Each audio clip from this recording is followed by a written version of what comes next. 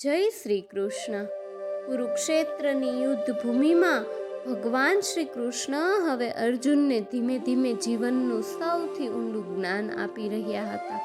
આત્માનું સત્ય, કર્મયોગનું રહસ્ય અને કર્તવ્યનો માર્ગ સમજાવ્યા પછી હવે સમય હતો એક એવા રહસ્યનો જે હજારો વર્ષોથી લોકોના મનમાં પ્રશ્ન બનીને જીવતું રહ્યું છે કે ભગવાન પૃથ્વી પર અવતાર કેમ લે છે, ધર્મની રક્ષા માટે ભગવાન શું કરે છે અને સાચું જ્ઞાન મનુષ્યને કેવી રીતે મુક્ત કરે છે.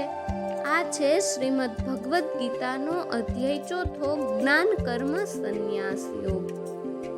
ભગવાન શ્રી કૃષ્ણ અર્જુનને કહે છે, હે અર્જુન, આ અવિનાશી યોગ મેં સૌથી પહેલા સૂર્યદેવ વિવસ્વાનને કહ્યો હતો. વિવસ્વાને મનુને કહ્યું અને મનુએ રાજાઓને શીખવ્યું.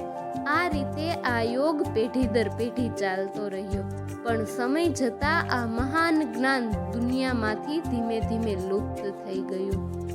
અર્જુન આશ્ચર્યથી પૂછે છે, હે કૃષ્ણ, તમારો જન્મ તો હમણાં થયો છે અને સૂર્યદેવનો જન્મ તો ઘણા પહેલા થયો હતો, તો પછી તમે એમને આ યોગ કેવી રીતે શીખવ્યો?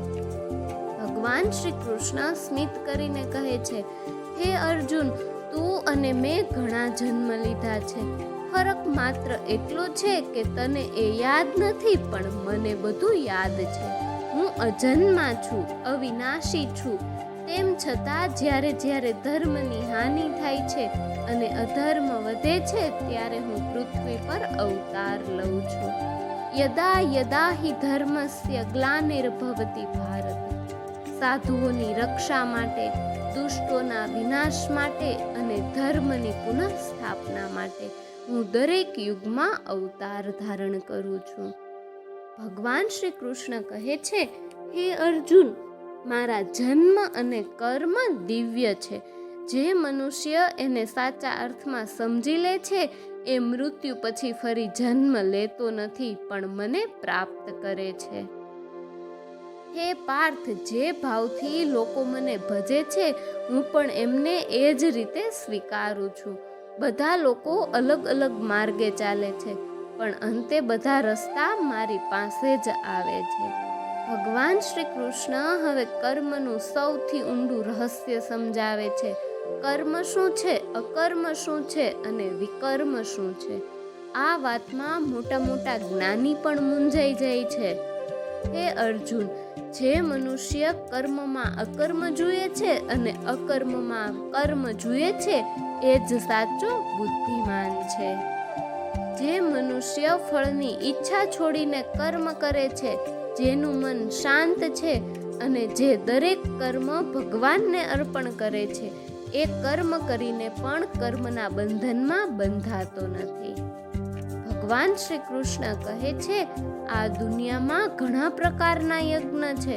કેટલાક લોકો ધનનો યજ્ઞ કરે છે, કેટલાક તપનો, કેટલાક ધ્યાનનો, પણ હે અર્જુન, આ બધા યજ્ઞોમાં જ્ઞાન યજ્ઞ સૌથી શ્રેષ્ઠ છે, કારણ કે સાચું જ્ઞાન બધા કર્મોને પૂર્ણ કરી દે છે. હે અર્જુન, જો તું દુનિયાનો સૌથી મોટો પાપી પણ હોય તો પણ જ્ઞાનની નૌકા તને બધા પાપોમાંથી પાર ઉતારી શકે છે. આ દુનિયામાં જ્ઞાન જેટલું પવિત્ર કંઈ નથી. ભગવાન શ્રી કૃષ્ણ ગંભીર અવાજમાં કહે છે, જે મનુષ્ય શંકાથી ભરેલો રહે છે, એને ન આ દુનિયામાં સુખ મળે છે, ન પરલોકમાં. માટે વિશ્વાસ રાખ, જ્ઞાન પ્રાપ્ત કર અને કર્તવ્યના માર્ગ પર આગળ વધ. હે અર્જુન, અજ્ઞાનથી ઉત્પન્ન થયેલી શંકાને જ્ઞાનની તલવારથી કાપી નાખ અને ઊભો થા, પોતાનું કર્તવ્ય પૂર્ણ કર. કુરુક્ષેત્રની યુદ્ધ ભૂમિમાં ભગવાન શ્રી કૃષ્ણ માત્ર અર્જુનને જ નહીં, પણ આખી દુનિયાને સમજાવી રહ્યા હતા કે જ્યારે જ્યારે દુનિયામાં અધર્મ વધશે, ત્યારે ત્યારે ભગવાન કોઈને કોઈ રૂપમાં આવશે ધર્મની રક્ષા કરવા માટે, અને સાચું જ્ઞાન આપવાનું ક્યારેય બંધ નહીં કરે. આગળના અધ્યાયમાં ભગવાન શ્રી કૃષ્ણ કર્મ સંન્યાસ અને કર્મયોગ વચ્ચેનો ફરક સમજાવશે. જય શ્રી કૃષ્ણ.